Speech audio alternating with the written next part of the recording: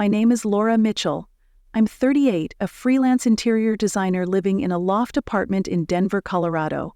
It's a small space, just enough for me, my sketchbooks, and a couple of succulents that somehow survive my forgetful watering. The view of the Rockies from my window feels like a quiet promise that life can be beautiful, even when it's messy. Every year, as October fades into November, I start planning for Thanksgiving, not because I'm crazy about cranberry sauce or pumpkin spice, but because it's the one time I feel like I can stitch my family back together. This year, I got a head start in early October. I pulled out my phone and started a list, jotting down every detail. For my mom, Eleanor, I found a hand-knitted sweater in a soft sage green, the kind she'd wear while reading by the fire. For my younger sister, Hannah, I picked out a silver bracelet with a tiny charm shaped like a crescent moon. Something delicate, like her smile used to be. For Ethan, Hannah's husband, I chose a bottle of small-batch whiskey, knowing he'd appreciate the thought. And for their kids, Isabel and Caleb, I went all out. Isabel, who's 9 and dreams of being an artist, would get a set of watercolor paints with a leather-bound sketchbook. Caleb, 6 and obsessed with trains, would get a wooden train set complete with a tiny red caboose. I even grabbed a bag of gourmet treats for their tabby cat with a label that said, "Harvest's Finest Feline." I've never missed a gift in the last 10 years. Every wish, every hint dropped in passing, I caught them all. Like the time Isabel mentioned a glittery pencil case at the mall, or when Caleb pointed at a train book in a shop window. I kept it all in my notes app, line by line, like a map to their happiness. By mid-November, I had everything ready. I wrapped the gifts in craft paper with twine, tying little tags with their names in my messy cursive. I baked a batch of maple pecan cookies and tucked them into a tin, just in case someone extra showed up at Mom's house. I poured so much of myself into this Thanksgiving, as if it could hold all the love I'd been saving up, all the hope I'd been clinging to. But I was wrong to think I could keep being the steady older sister, the one who plans and smiles and pretends everything's okay when it's not. I'm part of this family too. I'm not just a shadow in the background, fading into the wallpaper. I had everything ready, every ribbon tied, every cookie baked, but nothing could have prepared me for the moment that would crack my heart open and make me question everything I thought I knew about love. I could almost see it the night before Thanksgiving, playing out like a scene from a dream I'd had 100 times. We'd all be at Mom's house in Boulder, the one with the creaky porch and the big stone fireplace. The table would be set with her old linen cloth, the one with faint stains from years of spilled wine and laughter. There'd be a warm glow from the fire, the smell of roasted turkey and sage filling the air. Isabel and Caleb would be tearing into their gifts, their faces lit up with that kind of joy kids have when they feel truly seen. Isabel would clutch her sketchbook, already imagining her next masterpiece. Caleb would line up his train cars, chattering about tracks and stations. Mom would slip on her new sweater, her eyes soft as she murmured something about how I always know her taste. And Hannah, my little sister, 6 years younger, the one I've spent my life trying to protect, she'd catch my eye across the table. Just a glance, maybe a small smile, enough to say she understood everything I'd done for her. I wanted that night to be perfect, a moment where the cracks in our family could mend, even if just for a few hours. I'd spent so long hoping for it, planning every detail like it was a design project I could control. I even packed a few extra things, a jar of spiced honey, a board game for the kids, a candle that smelled like cedar and cloves. I told myself this Thanksgiving could be different, that it could pull us back together. It felt like my last chance to believe we were still a family, not just a collection of people who shared the same blood but forgot how to share their hearts. The morning of November 22nd started like any other, with the soft hum of Denver waking up outside my window. I was sipping coffee, double-checking my gift list, when my phone buzzed at 7:03 a.m. A text from Mom. "Laura, Hannah's family wants to do Thanksgiving on their own this year. Please don't come. Sorry for the late notice." I stared at the screen, the words blurring as I read them again, then again, waiting for them to rearrange into something that made sense. My chest tightened, like someone had pressed a cold stone against it. I laughed, a sharp, hollow sound, convincing myself it was a mistake. Mom must have been tired, or maybe she miswrote. I called her once, twice, 3 times. No answer, just the endless ring, fading into voicemail. My thumb hovered over Hannah's number, but before I could dial, a new text popped up from her, short and sharp as a blade. "You don't need to show up, Laura. You're not wanted here. Stay in your lane." My lane? The phone slipped from my hand, landing on the counter with a soft thud. I turned to the corner of my living room, where the gifts sat neatly stacked under a small autumn wreath I'd hung for the season. The craft paper, the twine, the little tags with Isabel's and Caleb's names. They looked like relics now, pieces of a life I thought I belonged to. I sank onto the couch, my coffee growing cold. I kept rereading Hannah's text, each word slicing deeper. Not wanted. I'd spent weeks planning, months saving, years giving. How could I not be wanted? The wreath above the gifts seemed to mock me, its dried leaves curling like they knew something I didn't. I tried to tell myself it was a misunderstanding, that if I could just talk to them, see their faces, everything would snap back into place. But deep down, a quiet voice whispered that I'd been pouring my heart into a place that had no room for it. The gifts were still there, wrapped and waiting, but they felt heavy now, like anchors tethering me to a hope that was slipping away. I didn't cry. Not yet. I just sat there, staring at the life I'd built in my head, watching it crumble like a house of cards in a storm I never saw coming. I couldn't let it go. The texts from Mom and Hannah burned in my mind, but a stubborn part of me refused to believe they meant it. Maybe it was a fight, a bad day, a misunderstanding I could fix if I just showed up. I grabbed my coat, loaded the gift bags into the trunk of my car, and drove the hour from Denver to Mom's house in Boulder. The road stretched out under a gray November sky, the Rockies looming in the distance like silent witnesses. I turned up the radio, letting folk music drown out the questions swirling in my head. Outside, a light drizzle coated the windshield, each drop a reminder that winter was creeping closer, colder than I'd expected. When I pulled up to Mom's house, it looked the same as always. The stone path lined with fading mums, fairy lights twinkling along the porch, the faint smell of wood smoke curling from the chimney. But something felt wrong. No kids' laughter, no Isabel or Caleb bounding out to greet me with sticky hugs. I took a deep breath, grabbed the gift bags, and walked to the door. My hands shook as I rang the bell, maybe from the chill, maybe from something deeper. Mom opened the door, her burgundy sweater soft under the porch light. Her face was tight, not the warm smile I'd hoped for. "Laura," she said, her voice barely above a whisper, "I told you not to come." I froze, the bags heavy in my hands.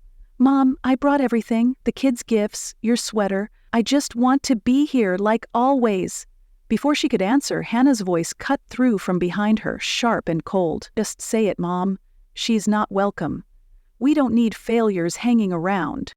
I looked past Mom to Hannah, standing in the hallway with her arms crossed. She wasn't the sister who used to call me at midnight, sobbing about hospital bills or a broken fridge. Her eyes were hard, dismissive, like I was a stranger. "Failures?" I said, my voice trembling. "Because I haven't sent money the last 4 months?" Hannah stepped forward, her lips curling. 4 months, Laura. Isabel's school supplies were secondhand, Caleb's sneakers are falling apart, and you? You're out there buying new furniture, taking clients to fancy dinners, living your perfect little life. "My life isn't perfect," I said, gripping the bags tighter. "That furniture's on a payment plan, those dinners are for work, and Isabel and Caleb, they're your kids, Hannah, not mine." My throat burned, but I forced the words out. Mom stared at the floor, her silence louder than any shout. I turned to her, desperate for a flicker of support. "Mom, I came with gifts for everyone. All I wanted was one night like we used to have. Did I do something wrong?" Hannah scoffed, her laugh like a slap. "Wrong? You're the only one with a real income, but you act like we're nothing. Stop playing the saint, Laura. We're done with you." The words hit me like a punch, stealing my breath. I stood there, the bags digging into my palms, feeling like I was on trial for a crime I didn't commit. "Fine," I whispered, barely audible. "If that's what you think, I won't bother you again." As I turned to leave, Hannah's voice followed me, dripping with sarcasm. "Happy Thanksgiving, Laura. Take your gifts with you. No one wants them." I didn't look back. I couldn't let them see the tears welling up or the way my hands shook as I walked to the car. I set the bags on the passenger seat, slid behind the wheel, and closed the door. The drizzle had turned to rain, streaking the windows like the tears I refused to let fall. I sat there, staring at Mom's house, the place I'd grown up in, now a stranger's fortress that had locked me out. The rain was coming down harder now, drumming on the roof of my car as I sat parked outside Mom's house. My hands rested on the steering wheel, but I didn't start the engine. The glow from the porch lights spilled across the wet pavement, casting shadows that felt like ghosts of the family we used to be. Hannah's words, "failures, done with you," echoed in my head, each one a jagged edge cutting deeper. I looked at the gift bags on the passenger seat, the twine curling loose from the drive, and something inside me broke open. Not tears, not yet, but a question I'd been too afraid to ask. Had I ever really belonged here? I thought of Hannah, my little sister, the one I'd held together through so many storms. When she was 19, pregnant with Isabel and terrified, I paid for her doctor visits, no questions asked. When Ethan lost his job at the warehouse, I covered their rent for 6 months. There was the $20,000 0-cents loan I took out to clear their medical debt after Caleb's emergency surgery. Money I scraped from my savings, money I never saw again. Every time Hannah called, her voice shaky with panic. "Isabel needs new glasses. The car broke down. We're behind on the mortgage." I sent the money. I told myself it was love, not obligation. I told myself it was what sisters do. But sitting there, with the rain blurring the world outside, I saw it differently. I remembered the late-night calls, Hannah's promises to pay me back, the way she'd hang up once the transfer went through. No thank you, no follow-up, just silence until the next crisis. I thought of the time I skipped a vacation to help them fix their leaking roof, or the client project I turned down to cover their electric bill. I'd given so much, not just money, but pieces of myself, my time, my dreams, my trust. And what did I get? A front door slammed in my face and a word, failure, that felt like a brand burned into my skin. I leaned my head back against the seat, the cold leather grounding me. Maybe I hadn't been helping. Maybe I'd been enabling, letting Hannah and Ethan lean on me until I was less a sister and more a safety net they took for granted. I thought of Isabel and Caleb, their bright eyes and endless questions, and my heart ached. I'd done it for them, hadn't I? But Hannah's sneer, Mom's silence, they made it clear, in their eyes I wasn't the sister who loved too much. I was the bank that stopped paying out. The truth settled over me like the rain on the windshield, heavy and undeniable. I'd spent years building a bridge to a family that didn't want to cross it. The gifts in the car, the ones I'd wrapped with so much care, weren't symbols of love anymore. They were proof of how much I'd given to a place that never had space for me. I didn't know what to do with them yet. Return them, donate them, or let them sit as a reminder of this moment. But one thing I knew for sure. This Thanksgiving wasn't about family anymore. It was about facing the reality that the circle I'd fought to stay in had closed me out long ago. I gripped the wheel, my knuckles pale in the dim light. The rain kept falling, washing away the last of my illusions. I wasn't ready to drive away, not yet. But for the first time, I felt the weight of a question I couldn't ignore. What would happen if I stopped trying to fix what was never mine to repair? The rain had slowed to a drizzle by the time I finally started the car, the wipers sweeping lazily across the windshield. I drove back to Denver in silence, the radio off, the gift bags still slumped on the passenger seat like unwanted passengers. My loft felt emptier than usual when I walked in, the autumn wreath above the gifts now a painful reminder of the day.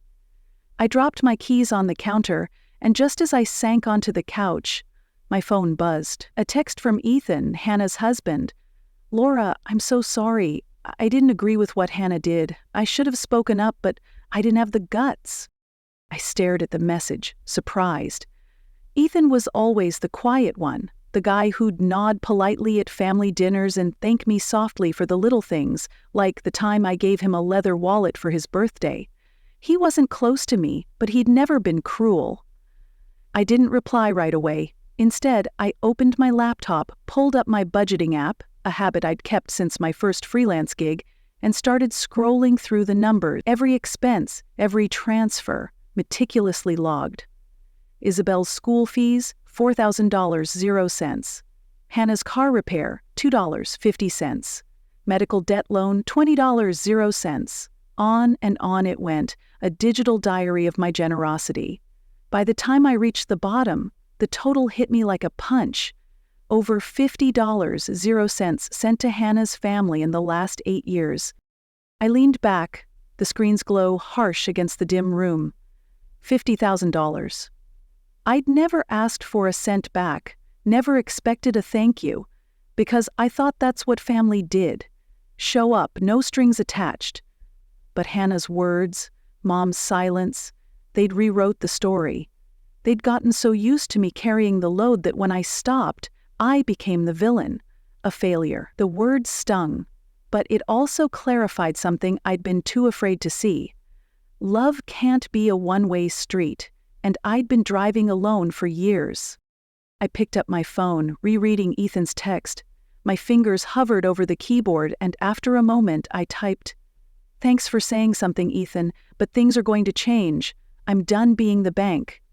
I hit send, my heart pounding, not with anger, but with a strange relief. It was the first time I'd drawn a line, not just for Hannah, but for myself. The loft was quiet, the wreath's leaves catching the last of the evening light. I didn't know what came next, but I knew one thing. I wasn't going back to the way things were.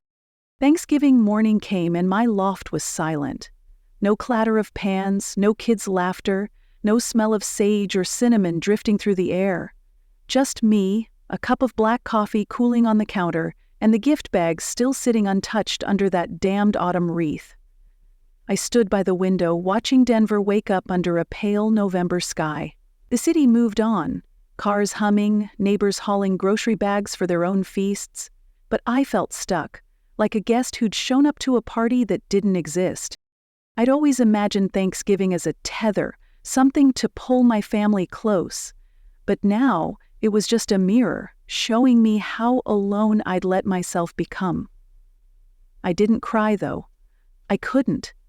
The tears I might have shed had dried up in the car outside Mom's house when Hannah's voice carved failure into my heart.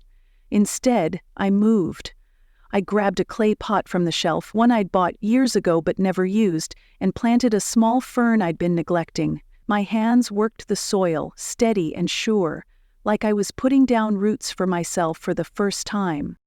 I opened my laptop, not to check budgets, but to start a journal entry, something I hadn't done since college. I wrote, "Laura, you're enough. You don't have to earn your place." The words felt clumsy, but they were mine, and that was a start.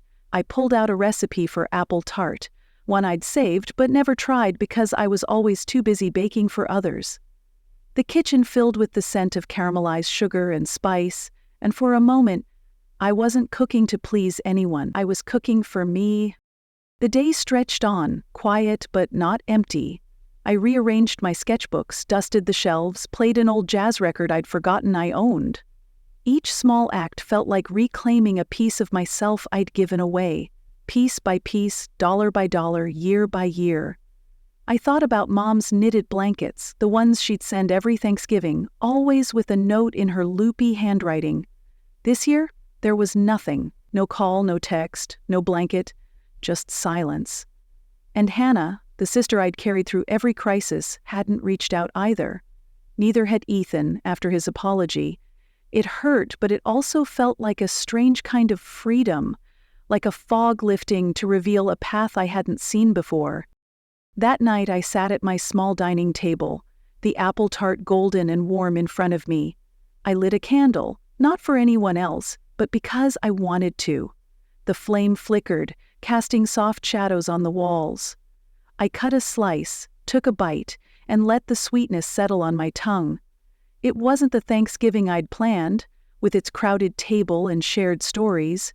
It was simpler, smaller, but it was mine. I looked at the gifts, still wrapped, and realized they didn't own me anymore. They were just things, not proof of my worth. Before bed, I stood by the window, the city lights blurring in the distance. I whispered to myself, "You made it, Laura." The silence that followed wasn't heavy.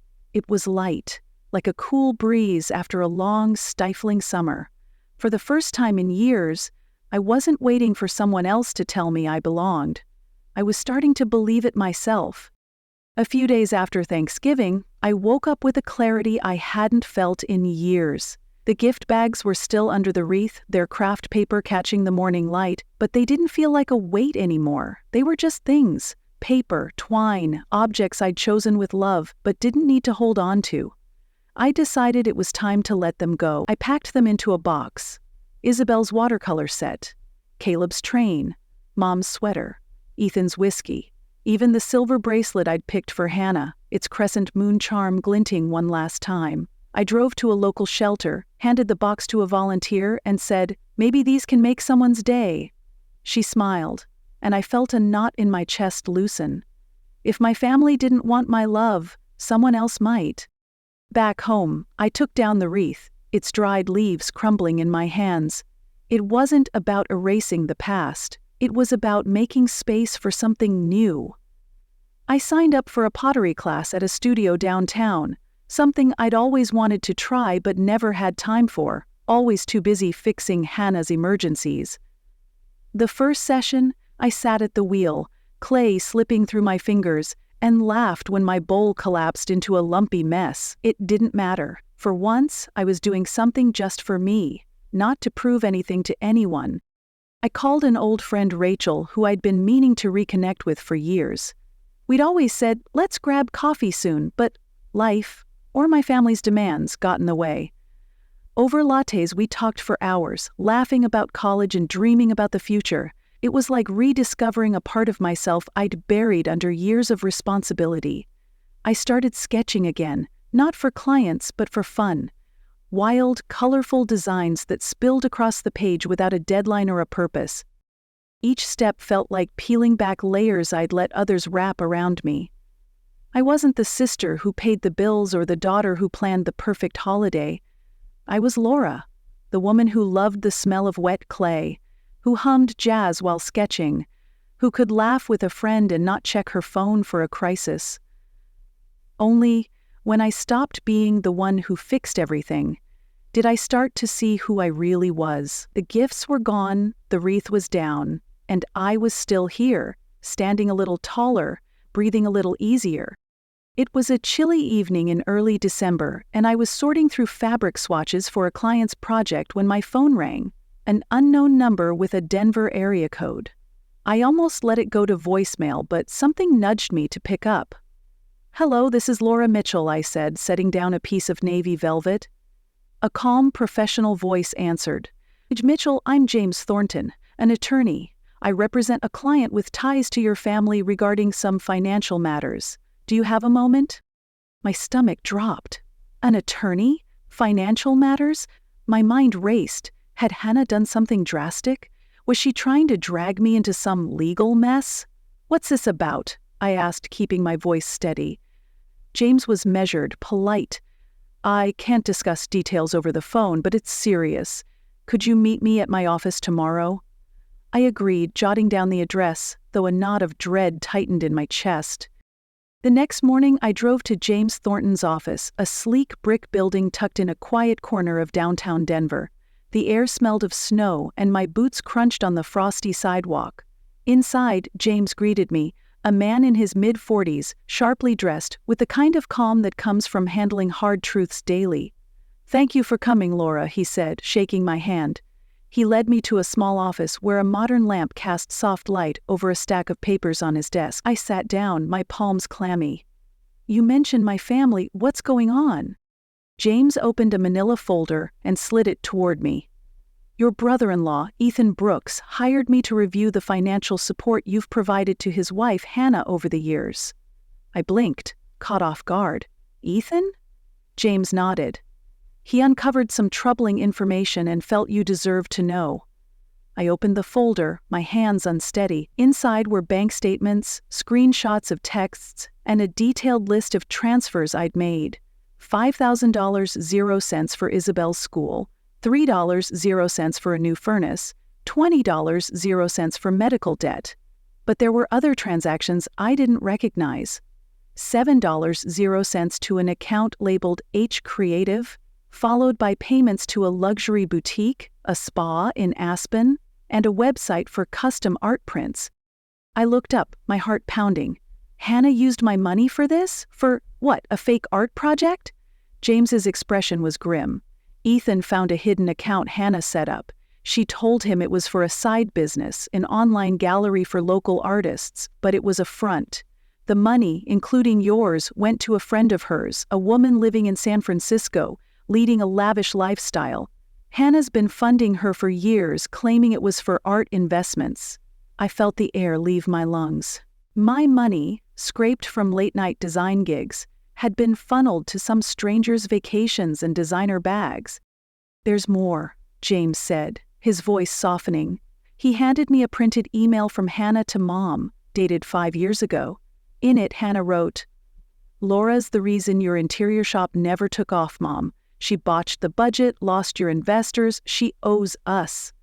I stared at the words, my vision blurring. "This isn't true," I whispered. "Mom never had a shop." "I never," James nodded. "Ethan confirmed it. There was no shop, no investors. Hannah made it up to guilt you into sending money, to make you feel like you had to fix a mistake you never made." I closed the folder, my hands trembling. Hannah hadn't just used me. She'd built a lie so cruel, it reshaped my view of myself. For years, I'd carried this vague shame, believing I'd let Mom down, that I had to make up for it with every dollar I sent. But it was all a story, a trap Hannah spun to keep me tethered. I looked at James, my voice barely audible. Why would she do this? He sighed. Ethan thinks she got in too deep with her friend, couldn't stop. But he wanted you to know the truth before she tries to pull you back in. I left the office, the folder clutched to my chest like a shield. The sky was heavy with clouds, promising snow. I stood on the sidewalk, the world spinning. Hannah's lie wasn't just about money. It was about stealing my sense of self, turning me into someone who existed to pay for her secrets. I pulled out my phone, my fingers shaking as I typed a message to Ethan. "Thank you for this, but I'm done. She can't have me anymore." I hit send, and for the first time I felt a spark of something fierce, not anger, but resolve. A week after my meeting with James Thornton, I was kneading clay at my pottery class, the cool, slick texture grounding me, when a sharp knock rattled my loft's door. It was late, the Denver skyline twinkling through my window, and I wasn't expecting anyone. I wiped my hands on a towel, my heart picking up speed. I opened the door, and there was Hannah, her coat damp from the evening snow, eyes red and puffy. She looked smaller than I remembered, like the weight of her own choices had finally caught up. "Laura, we need to talk," she said, her voice frayed. I crossed my arms, leaning against the doorframe. "You're here now, after everything?" She shifted, snowflakes melting in her hair. "I tried calling, but you didn't answer. I had to come." I raised an eyebrow. "If you're here to blame me, beg for money, or start a scene, save it. I've got nothing left for you." Her face twitched like she hadn't expected resistance. "Laura, you don't get it. Ethan's leaving me. He's taking the kids, freezing our accounts. I'm drowning, and you're my sister. You can't just cut me off." I let out a dry laugh, the sound sharp in the quiet hallway. "Cut you off? After all I've done?" She stepped closer, her voice rising.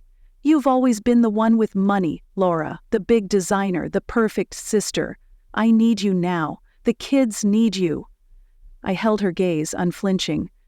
"No, Hannah, you don't need me. You need my bank account, and I'm done playing that game." Her eyes narrowed, a flicker of the old Hannah, the one who'd called me a failure on Mom's porch. "You can't do this," she snapped. "You're supposed to be family. You're supposed to help." I took a step forward, my voice steady. "Help? I paid for Isabel's school, your hospital bills, your debts. I gave you $50,000 0 cents over 8 years, Hannah, and what did I get? A lie about ruining Mom's business, a fake story you used to keep me on a leash. I know about your art project, your friend in San Francisco, the spas, the boutiques. You didn't just use me, you mocked me for it." Hannah's face went pale, her mouth opening and closing like a fish out of water. "You? How did you?" she stammered. "Ethan told me," I cut in. "He showed me everything. The accounts, the emails, your lie about Mom's shop. You made me think I owed you, that I'd failed her. But it was all you, Hannah. You built that cage, not me." She grabbed my arm, her fingers cold. "Laura, please. You're my sister. I'm sorry, okay? I'll change, I swear." I pulled away, stepping back into my loft. "You're sorry because you got caught. You're sorry because Ethan's done and your friend's not answering your calls. But you're not sorry for me." My voice was calm, but it carried a strength I hadn't known I had. "I'm not your fix anymore. I'm not your bank, your scapegoat, or your punching bag. You pushed me out, Hannah, and I'm not coming back." She stood there, snow melting into puddles at her feet, her eyes wide with panic. "You're really going to abandon me? After everything we've been through?" I shook my head. "You abandoned me first. Happy Thanksgiving, Hannah." I closed the door, the click of the lock louder than any shout.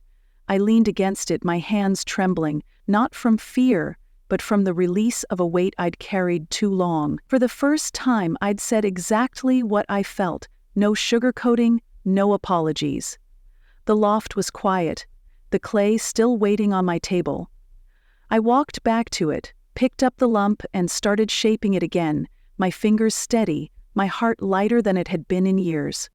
A few days after Hannah's visit, I was sketching a new design for a client's living room when my phone buzzed with a call from Ethan. I hesitated, the memory of our last text still fresh, but I answered.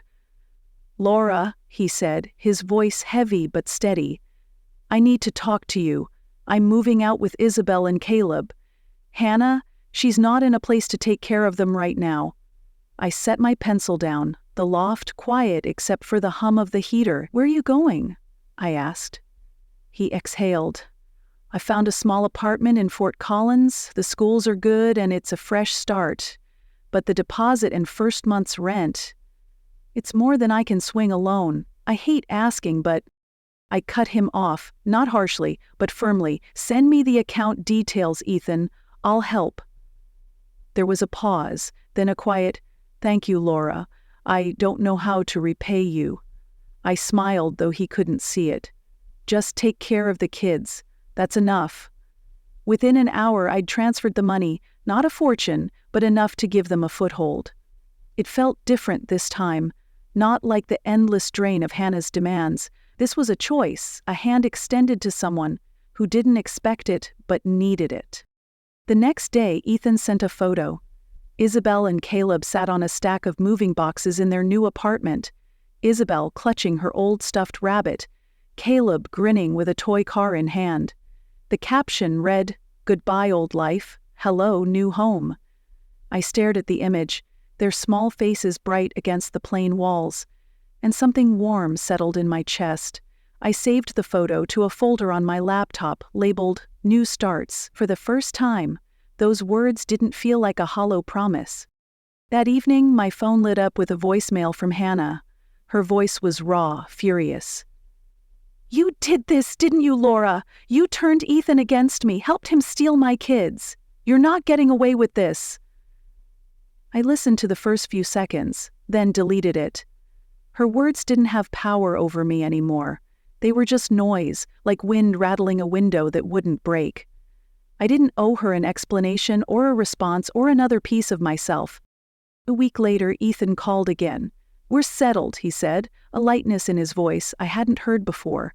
"Isabel's in a new art class. She's painting every day. Caleb loves the park nearby, keeps talking about squirrels. I got a shift supervisor job at the warehouse, It's not much, but it's steady. I leaned back in my chair, the loft glowing with the soft light of a single lamp. That sounds like a good start, I said. He paused, then added, I couldn't have done this without you, Laura. I mean it. Don't thank me, I replied gently. You're doing the hard part. I just gave a push. We talked a bit longer, about the kids' new school, the quiet of Fort Collins, the way the mountains looked at dusk. Before we hung up, Ethan said, You're always welcome here, you know, not because of the money, but because you're you. I smiled, my throat tight. I'll hold you to that. We promised to stay in touch, not out of duty or blood, but because we'd built something real. Trust, respect, the kind of bond that doesn't need a family tree to hold it together. I set my phone down, the loft wrapping me in its quiet warmth. For the first time, I wasn't carrying someone else's weight. I was helping someone who saw me, not my wallet, and that made all the difference. Winter settled over Denver, blanketing the city in snow that muffled the world outside my loft. In the weeks after Ethan and the kids moved to Fort Collins, my phone began to hum with small, bright moments. Ethan sent photos. Isabel in a bright yellow coat, holding up her first watercolor painting of a sunset.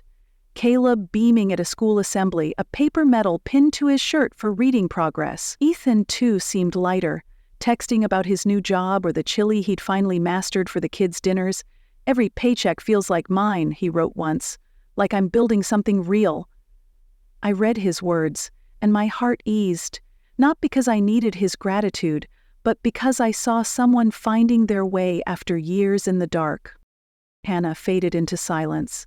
I heard through a cousin that she'd moved back to Mom's house in Boulder, telling neighbors I'd torn her family apart, that Ethan and I had schemed against her. Mom called once, her voice thin and accusing. Laura, how could you leave your sister like this? She's got nothing now. I listened to half the voicemail, then deleted it. I'd learned a truth that took years to sink in. Silence isn't weakness, it's freedom. I didn't resent Mom or Hannah, but I wouldn't let them pull me back into a cycle of guilt and obligation. Some people don't change, and that's not my burden to carry. I started volunteering at a community art center, teaching kids how to mold clay into lumpy, beautiful shapes. Their laughter, their sticky hands reminded me of Isabel and Caleb, but also of something bigger, that I wasn't born just to fix other people's lives. I could create, share, and still be whole. My pottery class became a ritual, each bowl and mug a small act of building something for myself. I sketched more too, filling notebooks with designs that weren't for clients, but for me. Swirling patterns of mountains and stars, dreams I'd forgotten I had. Once a week, Ethan and I video called. No drama, no emergencies, just easy chats about Isabel's obsession with sketching birds, or Caleb's new habit of collecting shiny rocks. One call, Ethan showed me their tiny apartment, the walls now hung with Isabel's paintings. You gave us this, he said, his voice quiet. Not just the money, but the chance to start over. I shook my head, smiling. You did the work, Ethan, I just opened a door. One spring afternoon, while I was glazing a clay vase at the studio, my phone pinged with a new message from Ethan. It was a photo of a drawing by Isabel. A cozy house with a red roof, 2 kids playing in the yard, and a woman standing by the window, her hair streaked with gold. At the bottom, in Isabel's wobbly handwriting, it said, "This is home now. Aunt Laura is our warm fire." I set the vase down, my eyes misting, not from sadness, but from a warmth I thought I'd lost forever. I wasn't just an aunt or a sister or a designer. I was someone who mattered, not for what I gave, but for who I was. I stepped outside, the April sun spilling over the Rockies, painting the sky in shades of pink and gold. My heart didn't feel heavy anymore, didn't ache for the apologies I'd never get from Hannah or Mom. I'd spent so long trying to hold on to a family that didn't see me, but now I saw myself. I wasn't the failure Hannah called me, or the shadow Mom let fade. I was Laura, the woman who planted ferns, shaped clay, laughed with kids at the art center, and chose to love on her own terms. Ethan and the kids became my family, not because of blood, but because of trust. Because we saw each other, flaws and all, and chose to stay. Hannah kept spiraling, chasing new schemes, blaming everyone but herself. I heard she tried to start a business with a shady partner, but I didn't chase the details. I didn't need to. My life was here, in the quiet moments, the messy pottery, the sketches that filled my nights. I don't know what the future holds. Maybe Hannah will call one day, softer, ready to face what she did. Maybe Mom will reach out, her voice free of blame. But I don't need those things to keep going. I've stepped out of the shadows, and for the first time in years, I feel alive.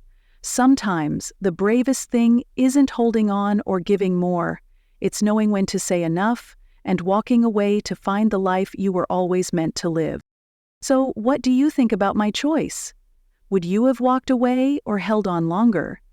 Share your thoughts below, and if this story touched you, follow along for more real stories about family, strength, and second chances.